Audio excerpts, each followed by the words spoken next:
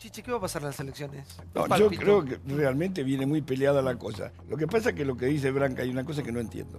Cristina odia el peronismo. Lo odia. Odia el Correcto. peronismo. Si hay algo que odia a Cristina es el peronismo. Y eso lo sienten los Se le nota en la peronistas. carta. Pero odia, claramente. Se dedicó obvio, a odia el peronismo. destruirlo. Lo Sí, dijo. No me corran con la por una- manchita, odiaba los símbolos, métanse la mancha en el culo. votó Que lo decía Abelardo Aníbal Ramos. Fernández. Odia el peronismo. pongan el monumento en de el ese fondo, viejo. ese es su gran enemigo ahora.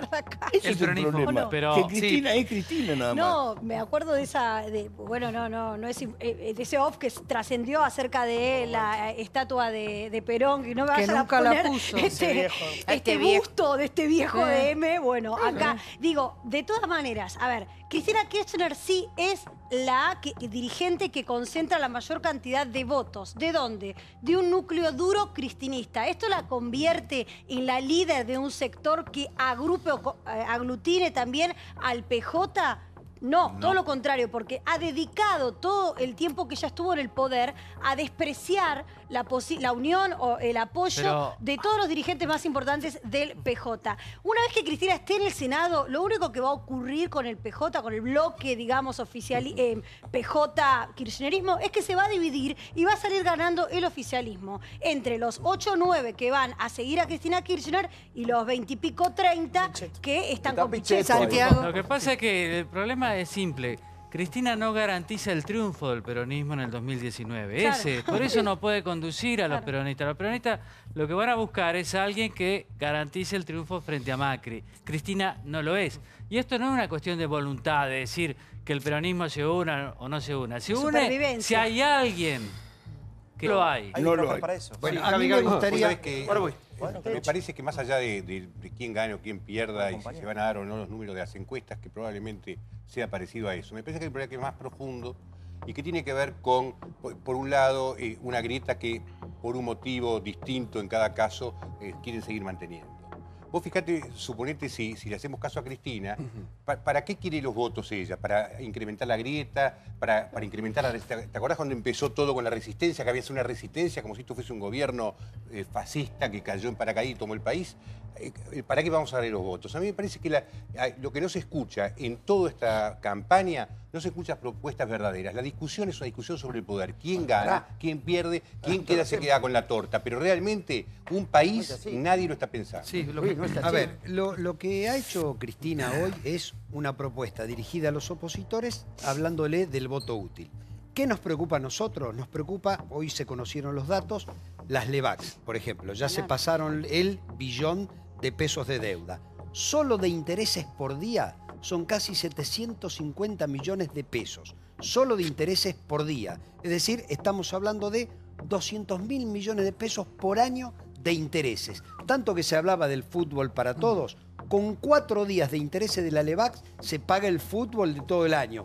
Y la LEVAX la inventó este gobierno, generó una bola de nieve, entonces le hacemos críticas a sectores de la oposición porque decimos la oposición fue blanda con respecto a el endeudamiento externo, con respecto a la deuda interna, con respecto a las LEVAX. Lo que ella está diciendo es, voten esta lista para poner un freno. Ahora, queda claro, lo dice ella, pero también lo digo yo, que para ganar en el 2019 hay que discutir todo de vuelta y hoy no hay ninguno, no solo en el espacio kirchnerista, A ver, no le pueden por preguntar favor. que le pueda ganar a Macri, si no se discute Tenemos todo de varias vuelta. provincias con el agua acá y estamos discutiendo ya del señor. 2019.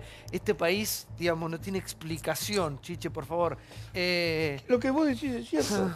Acá tenés un problema. Yo entiendo la lógica del costo. Lo que pasa es que Cristina es más gorila Esta es la realidad. Por un momento. Sí, esta es la realidad. Esta es la verdad. Acá no hay relato. Digamos, acá no hay relato. ¿Vieron el agua? Estos son, bueno, zonas rurales, gran parte del conurbano. Pon imágenes también del conurbano. Porque obviamente el mundo, con los ojos puestos, lo que pasaba con Irma y demás ahí en el Caribe, en Centroamérica, en Miami, pero esta es nuestra realidad. Esto más allá del cambio climático, más allá de que llovió en un día lo que llueve en un mes, acá es falta de obra, es corrupción. De este gobierno, del anterior, de todos, ¿eh? Esta es la realidad, así como está la Argentina. Digamos, por más que te prometan una cosa y uno venga y te diga otra, digamos, el agua al cuello la tenés en tu casa, la tenés en tu campo, la tenés en tu ruta, y contra eso no hay relato. Una localidad gobernada por Cambiemos, Quilmes. Hoy teníamos un móvil a las 7 de la mañana en Quilmes, en un barrio que se llama 9 de agosto, que estaba tapado por el agua, con gente viviendo desde el viernes con agua a 1 metro, con colchones mojados, todo eso. Le preguntamos, no fue el gobierno, no fue el gobierno, fue alguien de la municipalidad, no fue nadie. Hablamos con la municipalidad de Quilmes, fuimos, le digo, mire, la gente está ahí diciéndome que no fueron. Vuelve, a los 5 minutos estaba el móvil ahí, llega un camión de emergencia de la emergencia de Quilmes. Hace un relevamiento, a las 6 de la tarde, a las 5 y media de la tarde, llamamos desde la radio. ¿Qué pasó? Mandaron una bolsa de comida, pero no mandaron colchones, no. Un gobierno, Cambiemos dirige Quilmes. Vos fíjate que el olvido es de todo. Claro, pero, Chiche, perdón que te interrumpa. Yo creo que tenemos que dividir en Quilmes. Cambiemos ha perdido en esta elección. Sí, por eso. Hay que poner el ojo en el intendente, porque puede haber incapacidad o puede haber corrupción, que son los grandes años de la provincia de Buenos Aires. Pero vamos a lo siguiente. Vamos a lo siguiente. Con todo respeto a todos los partidos políticos, terminemos con la cultura del colchón y del agua mineral. Obliguemos al intendente de Quilmes y a todos los que gobiernan en las provincias que hagan obras de verdad. ¿Usted vio lo que pasó con Irma, en cómo se preparó a la gente? Claro. La logística que había. Ahora, que alguien me explique, porque vos después salís con un auto y te matás en una ruta. Estás en tu casa y tenés el agua al cuello. Querés salir y en tu calle no puedes salir porque hay 2 metros de agua. Explíquenme en todos estos años dónde están las obras. Repito, hay obras que se están haciendo ahora, también sabemos que llovió en un día lo que tiene que llover en un mes. Ahora, vos seguramente que estás en tu casa te estás inundando como te inundabas hace 10, hace 15, hace 20 años. Así que, ¿dónde ha ido, dónde fue aquí Corno? ¿A dónde ha ido toda la plata en obras públicas? Sí. No se escucha el micrófono. A ver, te censuramos. Ahora voy. No termino. En este momento nos extingue. El huracán de Miami no va a pasar porque es otro clima, pero algo parecido a eso nos extingue como país. Entonces, si bien no se puede hacer esa comparación, yo lo que digo es, esto no es culpa de un intendente, muchachos. Esto es años y años de gobiernos de las provincias nacionales. Mirá, en Pilar 125 familias evacuadas. Cayeron 120 milímetros de agua entre el sábado y el domingo desbordó, como siempre. Y cuando se quiere se puede. ¿Se acuerdan cómo se inundaba acá Buenos Aires con lo del Maldonado? Claro. Exactamente. La Plata, cayeron 48 milímetros. Ahí gobierna Cambiemos y no es culpa de un intendente, muchachos. Hay que ver en qué destinaron el dinero. Calles inundadas, cortes de luz en Tolosa y Ringuelet. Quilmes, calles inundadas en Bernal. Cañuelas, 20 familias evacuadas, calles inundadas, cables caídos. Vamos al interior, para hacerlo bien federal, como siempre decís vos, Santiago. La Matanza, te olvidaste, sí. Sí, La Matanza también. Almirante Brown. Ingeniero Budge, en Loma de Zamora. Ahí, hay inundaciones en 1/3 de la producción agropecuaria del país. Ahora Budge María Eugenia ya comenzó 53 obras para resolver la cuestión hídrica. El conurbano bonaerense se inunda hace 30 años porque no se hizo ninguna de las obras. Y respecto a la respuesta a la emergencia, veamos el sistema modelo que tiene hoy en día la Ciudad de Buenos Aires. Y cuando asumió el gobierno, que yo fui parte de él, cuando empecé en la Ciudad de Buenos Aires, no había absolutamente nada organizado. En el conurbano está comenzando la organización del sistema de emergencia con el SAME, que ya es una realidad en muchos distritos, con la renovación de las guardias, pero hay que renovar 80 guardias de 80 hospitales de la provincia de Buenos Aires que están viendo abajo hoy, y eso son décadas. Nuestros gobernantes administran lo que es de todos nosotros, lo que todos generamos, y no le debes nada a nadie. Es más, te deben ellos a vos. No te fanatices por ninguno, porque mirá cómo es la situación de todo. Con el agua acá. El 4%. Me enojo con esto, por favor. Sí, me recaliento yo también. Además, se acaban de dar cuenta que el interior se inunda porque vieron que están inundados en Miami. ¿Saben cuándo se van a dar cuenta del desastre que es esto el año que viene? Cuando el PBI tenga no sé cuántos miles de millones menos. Porque no van a tener un puto grano de soja. Ni uno van a tener. Porque hay 3.000 millones de hectáreas o no sé cuánto. 3 millones, casi 5. Pero me caliento. Hace años que no hay camino. Situemos el problema en dos grandes causas concurrentes.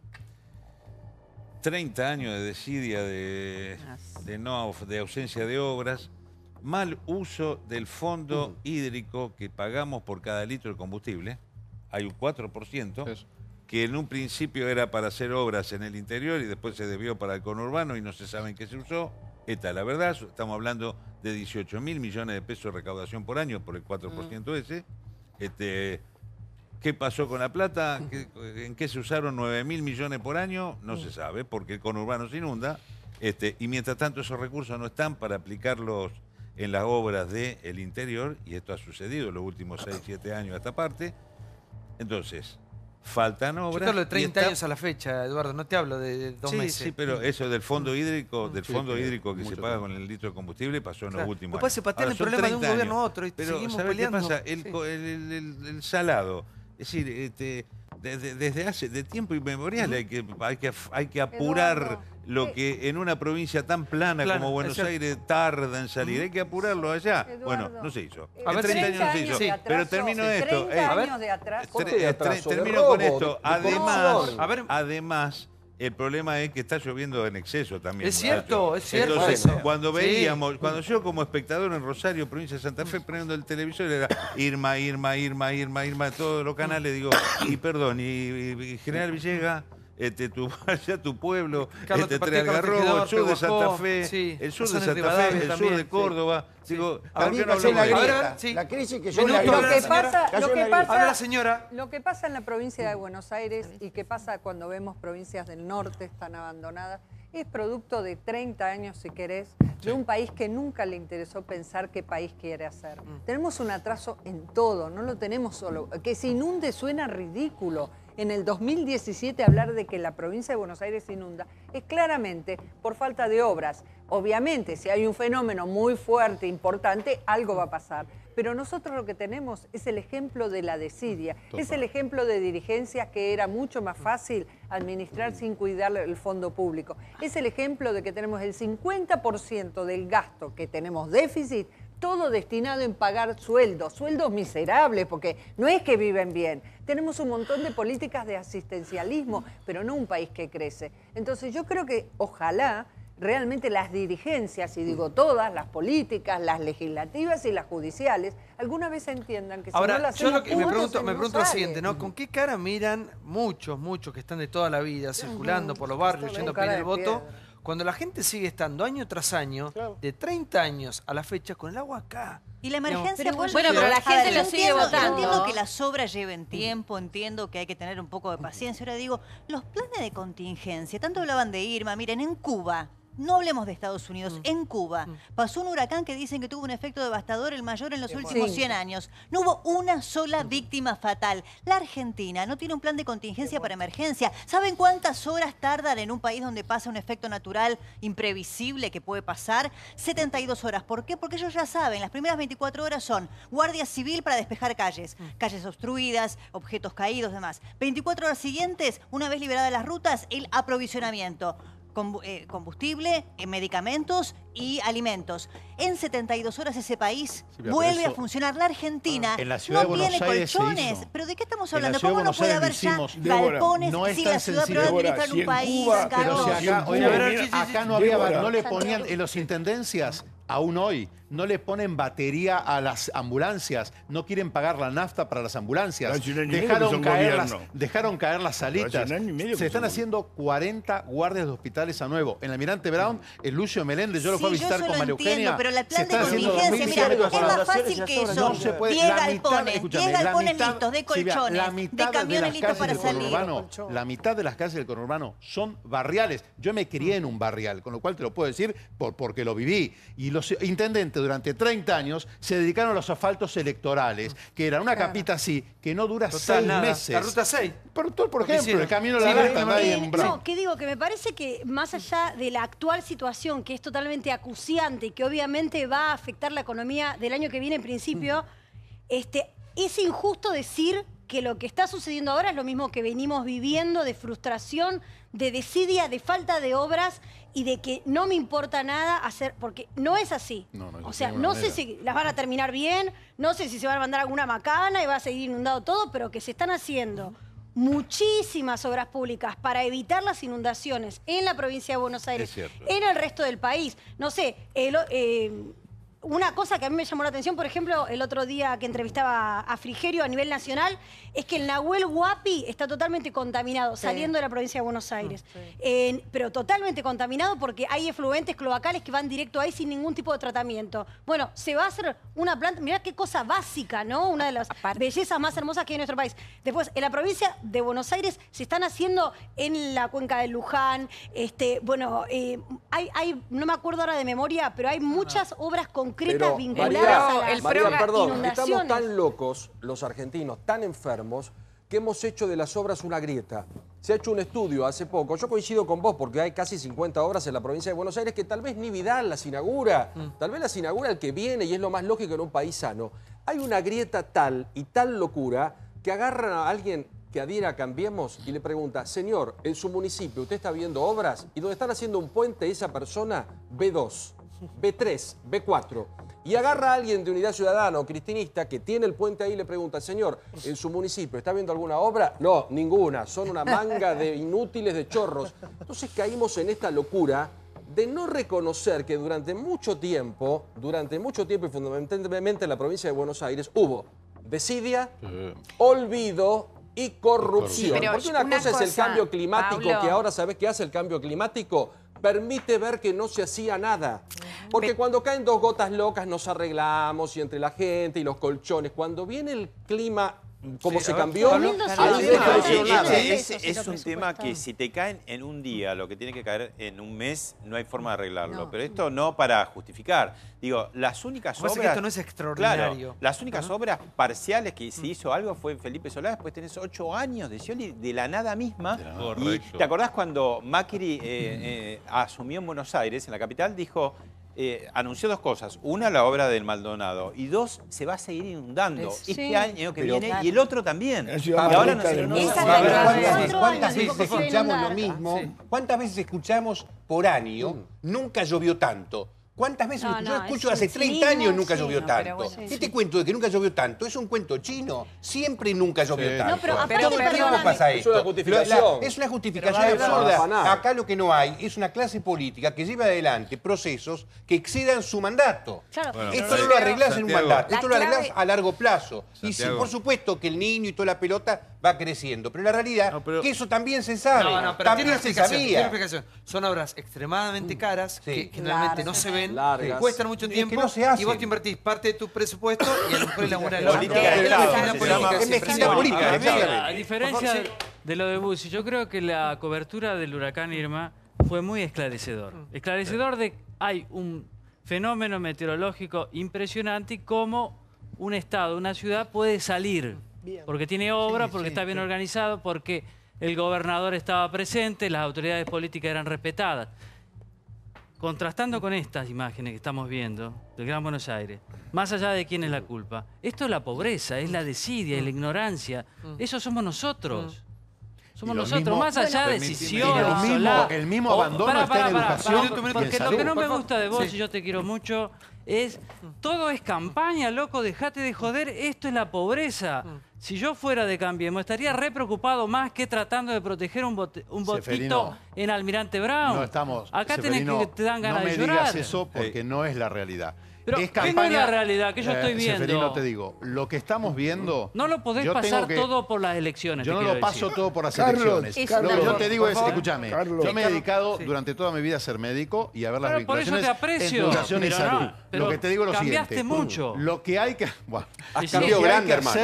Lo que hay que hacer es extremadamente arduo y complejo. Lo viví en la ciudad porque fui parte del gobierno de la ciudad todo el tiempo. Nosotros se trabajó el tema hídrico, que también era un problema, se trabajó el tema de saneamiento y se trabajó el tema de respuesta a la emergencia. Lo que te digo es, en el conurbano, lo siento si es electoral, pero lo más importante que hacemos los argentinos es elegir gobierno. Porque cuando vos elegís mal un gobierno, te ocurre lo que ocurrió con la educación.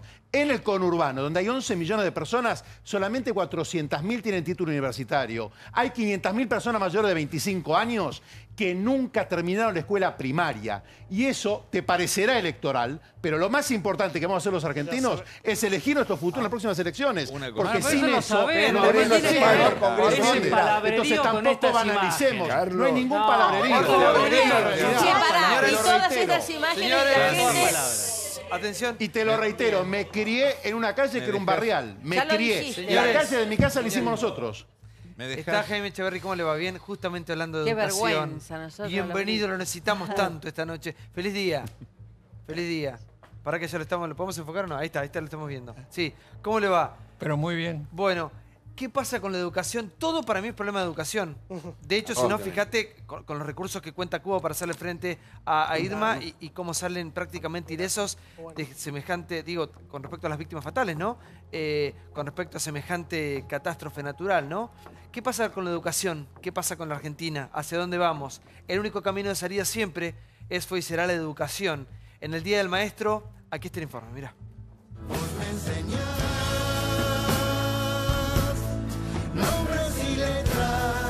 Porque nos abrieron las puertas del conocimiento, nos acompañaron a crecer y dejaron su huella en nuestra vida, porque enseñar es un acto de amor profundo, nuestro homenaje a los maestros en su día. Le pongo tanta pasión a lo que hago que realmente no es un pesar, diría es un placer trabajar por los chicos, todo para ellos realmente. Agostina está en silla de ruedas, apostando a la alegría y a la integración, le dijo no te preocupes, yo me pongo un arnés en las piernas y vos bailás sí o sí. Y agradecer a Dios y a la Virgen que Agostina pudo cumplir su sueño de poder bailar. Estoy muy contenta. Y en Buenos Aires, allí en Fuerte Apache, una directora de escuela nominada entre las 50 mejores maestras del mundo. Hoy se miden por rendimiento académico, no se mide el trabajo que se hace con cada uno de los chicos para transformar una vida. La clave es que los chicos puedan superarse y sacar ese estigma del fracaso al que parecen estar condenados. Así se emocionaron Efraín y su abuelo cuando le dieron el diploma porque terminaba la primaria. Es el primero de su familia en terminar la escuela. Mientras están en la escuela están acompañados por nosotros. El que no viene lo vamos a buscar. Ahora llueve, son las reglas del juego. Si no, dedícate a otra cosa. Los alumnos nuestros hacen lo mismo para llegar a la escuela los lunes. Lo hacemos y lo haría todos los días si pudiera porque la educación rural para nosotros es lo más importante. El pedido de una maestra a Messi. No hagas que mis gurises sientan que salir segundos es una derrota. Mis alumnos son mis Messi. Ellos van todos los días y enfrentan un montón de adversidades y les toca ser los que no ganan. No les toca ganar. Ellos con llegar a la escuela, así no se saquen el 10, ya ganaron. Ellos ya ganaron. Jaime, ¿cómo le va? ¿Qué tal? ¿Cómo están? Bueno, todo tiene que ver con la educación. Todo tiene que ver. Todo es educación. Bueno, vamos a traer la palabra de Sarmiento. A ver, lo escucho. Sarmiento decía, la educación pública ha quedado constituida en derecho de los gobernados, obligación del gobierno y necesidad absoluta de la sociedad. Y esto fue dicho a mediados del otro siglo, del siglo XIX. Y decía lo siguiente, un padre pobre no puede ser responsable de la educación de sus hijos, pero la sociedad en masa tiene interés vital en asegurarse de que todos los individuos que han de venir con el tiempo a formar la nación hayan por la educación recibida en su infancia preparándose suficientemente para desempeñar las funciones sociales a los que serán llamados. El poder, la riqueza y la fuerza de una nación dependen de la capacidad industrial, moral e intelectual de los individuos que la componen.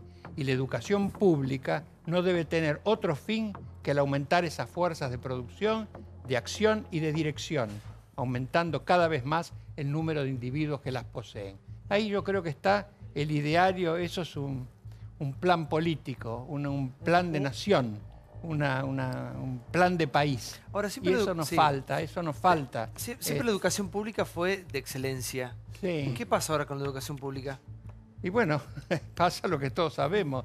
La educación pública y la privada, no nos engañemos. Hay muy buenas escuelas de gestión estatal y muy malas. Y de excelencia. De excelencia. Sí. Hay muy buenas escuelas de gestión privada y muy malas. No pasa por ahí. El problema acá es un desinterés social en la educación. Se ha perdido esta idea central, esta idea rectora del país que tuvo en un momento y que después lo perdió. No, hablo de la educación pública. Todos somos prácticamente acá, me parece, productos de la educación pública. El tema es que antes el respeto por el maestro era otro. No había paros, el sueldo de un maestro era muy bueno, el maestro era reconocido en la sociedad como un... prácticamente era tu segundo padre, era tu segunda familia, o tu familia directa si no tenías una familia constituida. Sin duda, por eso yo creo que el núcleo del problema que tenemos es una cuestión de relevancia social, Lo que ha perdido hoy la educación es relevancia social. A la gente no le interesa, más allá de lo que decimos en los discursos, que la educación es muy importante, que todo es problema de educación, como acaba de decir. Todos estamos de acuerdo. Pero en los hechos concretos, la preocupación es escasa. Yo he citado muchas veces, creo que lo he dicho también alguna vez acá, que si uno le pregunta a los padres argentinos cómo está la educación en el país, el 70% de los padres contesta que está mal o muy mal. Parece que la gente percibe que hay una crisis en la educación. Pero si esos mismos padres se les preguntan si están satisfechos con la educación de sus hijos, el 70% está satisfecho con la educación de sus hijos.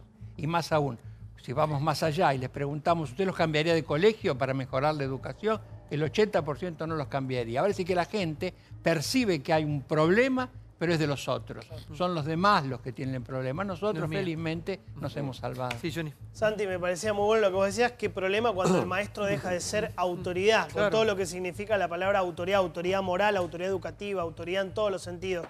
En estos momentos, 18 escuelas tomadas en la Ciudad de Buenos Aires. Le quiero preguntar a Guillermo Jaime Echeverri qué piensa. Tiene que ver básicamente con la reforma educativa que está proponiendo el gobierno de la Ciudad de Buenos Aires, pero con un puntito en especial, que es el tema de las pasantías. La reforma tiene muchas cosas, se termina la nota del 1 al 10, se termina la repetición completa del año, pero los chicos, y muchos profesores también, dicen que en el último año no les gusta que haya inserción laboral, que serían pasantías en empresas, también en el ambiente artístico. Me gustaría saber qué opina de, primero, la reforma, si tiene una opinión, y segundo, de si la toma como concepto de lucha está bien o no. 18 colegios tomados. La verdad que de la reforma conozco poco, creo que todos conocemos poco, porque en realidad se enumeraron ideas generales. La propuesta de la vinculación con el trabajo creo que es una propuesta positiva. Hay sistemas educativos como el alemán que ha explotado esto con muy buen resultado. Claro que es muy difícil implementar eso. Una cosa es decirlo, otra cosa es llevarlo a la práctica. ¿No puede ser optativo mejor? Podría ser, por eso digo, podría ser. Son prácticas de aprendizaje. Claro, pasantías. O sea, yo llamé para preguntar justamente porque hay muchas generalidades que se dicen sobre esto y la verdad que estaría bueno que nos cuenten bien de qué se trata todo, ¿no? Entonces, una de las principales dudas era esto, si va a ser trabajo flexible o no. Ellos hablan de prácticas y, bueno, a mí me pasó la semana pasada que una amiga me llamó y me dijo, mira, mi nena, que no va a una escuela estatal y que no hizo ninguna de estas reformas, tiene que hacer una práctica porque quiere orientarse a fotografía y medios. Necesito que alguien conocido mío pueda sumarla a su equipo para que ella conozca y pueda hacer alguna práctica. Esto me pasó a mí la semana pasada, antes de conocer la polémica. Digo que lo de las prácticas existe ya hoy en escuelas privadas, pero además eso es muy poco. Entonces, cuando pregunté me dijeron algunas cosas que me parece que sí, está bueno tratar de sacarles un poco el jugo, que tiene que ver con que las materias no es que se van a suspender, sino que se van a unificar de a 4 materias para poder trabajar por proyectos, como sucede en todo el mundo, en casi todos los países desarrollados del mundo. Vos ponés un proyecto y esas 4 materias tienen que ser atravesadas por ese proyecto de investigación, por un lado. Por otro lado, ¿qué pasa con la tecnología? Bueno, hablaban de hacer todo un aula tecnológico con grandes pantallas, qué sé yo, y que haya como una especie de carrito de notebooks para estar a disposición de las aulas, para que cada chico tome esa notebook y pueda trabajar en el aula con la tecnología y con conexión con el propio pizarrón. Digo, algunas de las pequeñas cosas que uno puede saber que a mi juicio deberían ser mucho mejor explicadas por el gobierno, ¿no? Sí. No con un panfleto, ahora, sino más... ¿Es imposible, de alguna manera, proponer cambios en lo que es la educación? Es muy difícil implementar cambios por una gran resistencia, pero no nos olvidemos que lo importante de la educación es el maestro. Si no hay maestro, no hay educación. Y es importante el alumno. Si no hay alumnos, no hay educación. Y ahora carecemos de maestros y de alumnos. Maestros obviamente hacen un enorme sacrificio, pero la sociedad no valora ese sacrificio. Los maestros ganan poco porque a nadie le importa mucho lo que hacen. Son los cuidadores de la guardería, ¿no? De la guardería ilustrada en la que se están convirtiendo nuestras escuelas. Pero doctor, la sociedad, usted dice la sociedad no valora, pero yo conozco un montón de padres que hacen esfuerzos tremendos para mandar a sus hijos a la mejor escuela posible. El mayor gasto de la clase media es la educación. Claro, muchas veces son privadas. Entonces, ¿no será que nos falla más la dirigencia? ¿Nos faltan los Sarmiento? Porque Sarmiento estaba solo. Sí. No era que la sociedad argentina con Sarmiento empujaba hacia la educación. En absoluto.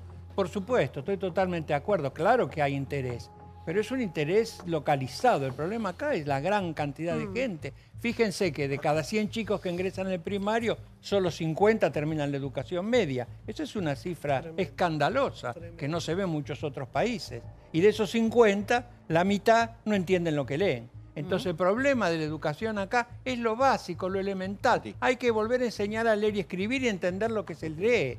Eso es básico, es una herramienta fundamental que hemos perdido. Guillermo, cuando leyó el texto que tienes ya no sé cuántos años de Sarmiento, de 1860, sí, un poquito antes. No solamente el contenido hablaba del futuro, sino hasta la forma de construir las frases iban hacia adelante. La pregunta es, ¿qué pasó? Que hoy nadie piensa en el futuro, ni siquiera casi ya en el presente. Pero ¿qué es lo que cambió? ¿Cuándo nos amputaron el futuro? Si pudiera contestar eso, como le dije una vez acá, se hizo famoso, eso es otro precio, ¿no? Por eso es otro precio. Eso no es difícil de contestar, pero de alguna manera hay un descenso cultural que nos involucra a todos, a la dirigencia, a los dirigidos, a todos. Y ese para mí me parece que es el problema central. Digamos, el problema central es que no hemos sido conquistados por la inteligencia. Ayer leí un parrafito que también está lindo, Jack.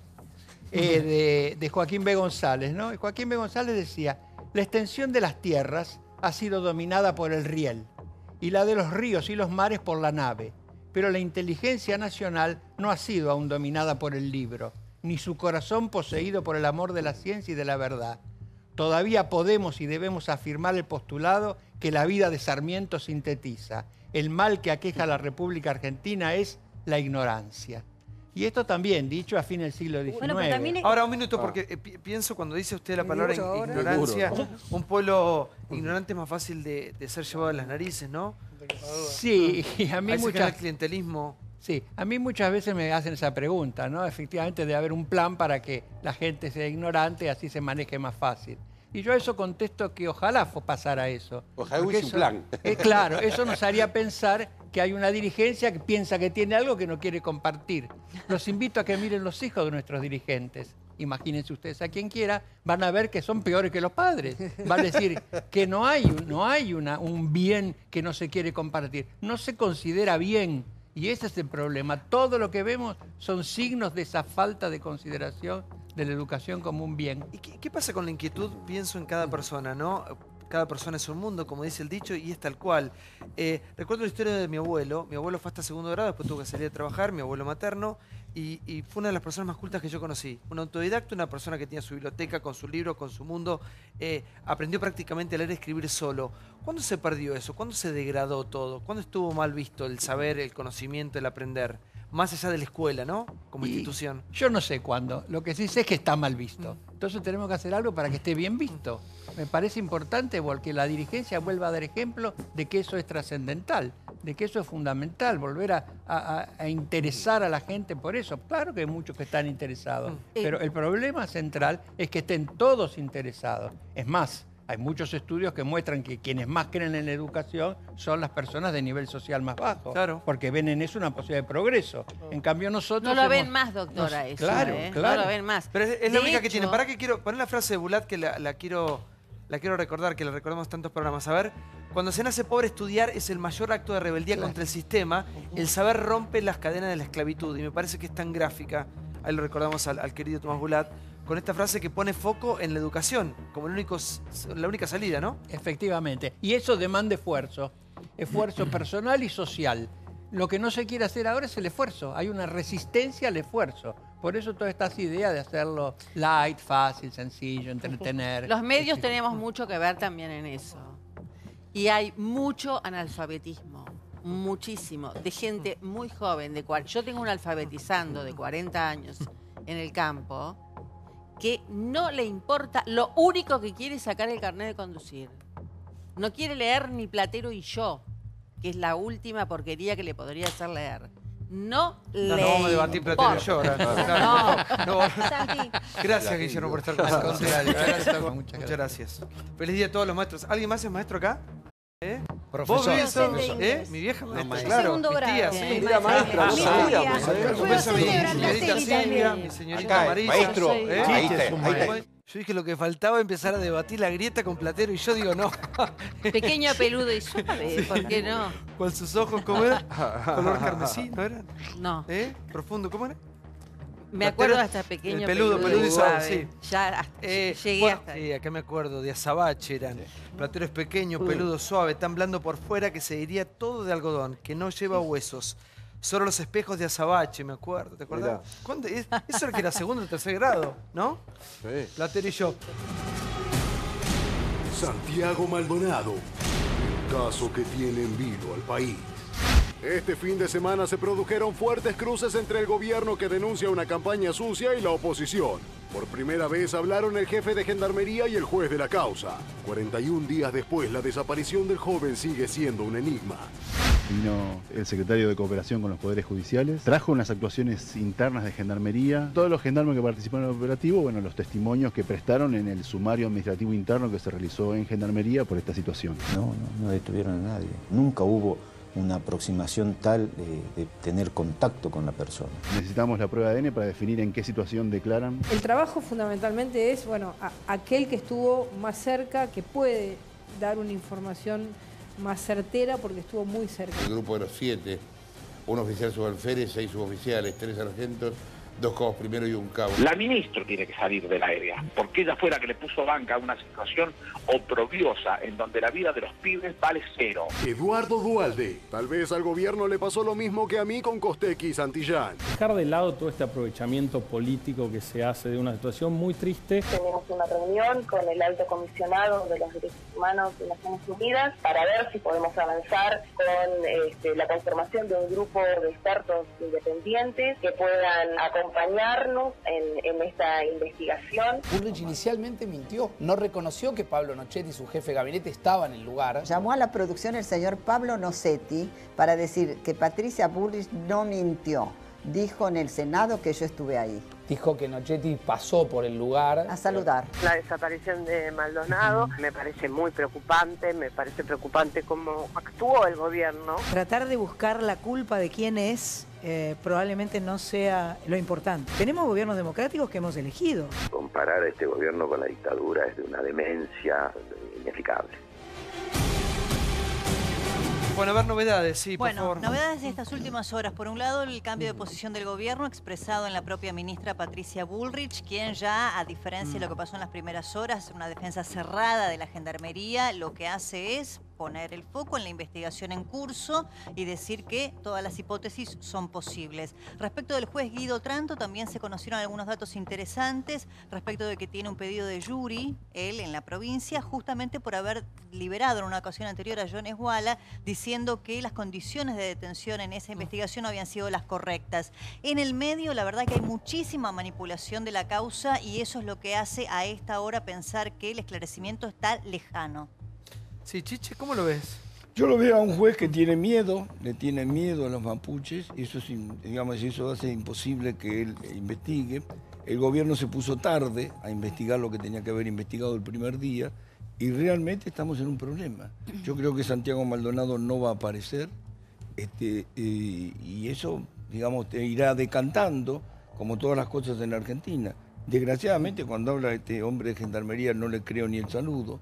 No sabía si eran 20, 30 o 40 los gendarmes. Dice que se fue a hacer pis en el momento que actuó la represión. La verdad es que me asusta a mí cuando dicen va a hablar un gendarme, va a hablar. Bueno, ¿qué pasa? Que no habla, ¿no? No hablan. No. Sí, Paul, a mí me parece que el problema es el egoísmo de todas las partes, ¿no? El egoísmo de quienes quieren todavía convertir en cisne negro a esto para que el gobierno le vaya muy mal. Y del gobierno también al principio, decir, a ver si no pasa nada, sigamos de largo, ¿no? Y mientras tanto, entonces te perdés esclarecer. Horas, días y semanas que van pasando hacen que cada vez esté más lejos que puedas aclarar. No, cortito, atención con las pericias de los celulares que se van a conocer, yo creo, miércoles o jueves de esta semana. Son 130 teléfonos de Gendarmería, lo hace Policía Federal, la pericia, dicen que eso podría tener alguna resolución impactante. Y el discurso del gobierno que vuelve a girar y vuelve a decir ahora, la vemos a Patricia Bullrich anoche, decir, bueno, tal vez no fue gendarmería, un grupo de gendarmes, ¿no? Como esta idea de poner la lupa sobre 7 gendarmes a una persecución a los mapuches hacia el río. A ver, el uno que dice Natalia es ese que supuestamente va a hablar. Es el muchacho, un joven gendarme que fue herido y además Echarzup, supongo que se pronuncia así, su apellido, que es quien fue herido por una de las piedras y quien elaboró el acta y la versión oficial terminó en manos de él y bueno, ahora está sospechado. Esperemos por favor saber la verdad, es lo que necesitamos, la verdad, rápidamente. Gracias a los amigos de La Dorita que mandaron un catering muy rico, muchas gracias por todo, gracias por habernos acompañado, gracias como siempre a los Polis, impecable la ropa de Liguria que me viste. Hasta mañana, pegaditos a polémica, sigan con Animales Sueltos en América. Hasta mañana tenemos los Conex. Suerte a todos los compañeros y felicitaciones. Gracias. Mañana los Conex, después de 10 años vuelven este año y varios de los compañeros vamos a estar ahí, por supuesto. Mañana les contamos todo. Chau.